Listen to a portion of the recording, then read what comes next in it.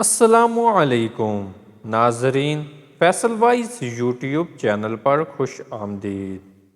ناظرین، حضرت علی رضی اللہ تعالی عنہ نے اپنے ایک شاگرد سے فرمایا کہ میں تمہیں اپنا اور اپنی بیوی فاطمہ رضی اللہ تعالی عنہ کا، جو حضور صلی اللہ علیہ وآلہ وسلم کی صاحبزادی اور سب گھر والوں میں زیادہ لاڈلی تھی، قصہ نہ سناؤں؟ انہوں نے عرض کیا، ضرور سنائے۔ فرمایا کہ وہ خود چکی پیستی تھی جس سے ہاتھوں میں گٹے پڑ گئے تھے، اور خود ہی مشک بھر کر لاتی تھی جس سے سینہ پر رسی کے نشان پڑ گئے تھے، خود ہی جھاڑو دیتی تھی جس کی وجہ سے کپڑے میلے رہتے تھے۔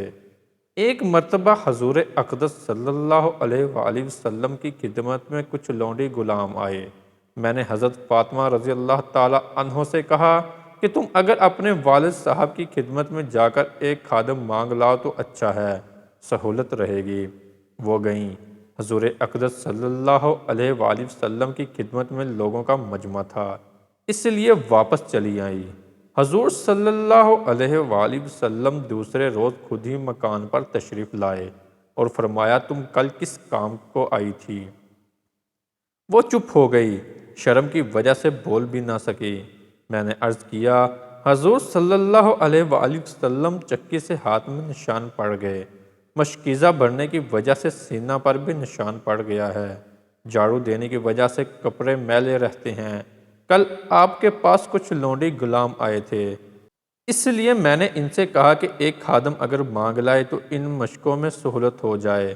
حضور صلی اللہ علیہ وآلہ وسلم نے فرمایا، فاطمہ، اللہ سے ڈرتی رہو اور اس کے فرض ادا کرتی رہو، اور گھر کے کاروبار کرتی رہو، اور جب سونے کے لیے لوٹو تو سبحان اللہ 33 مرتبہ، الحمدللہ 33 مرتبہ، اللہ اکبر 34 مرتبہ پڑھ لیا کرو۔ یہ خادم سے بہتر ہے۔ انہوں نے عرض کیا کہ میں اللہ کی تقدیر اور اس کے رسول کی تجویز سے راضی ہوں۔ ناظرین، ہماری آج کی ویڈیو آپ کو کیسی لگی؟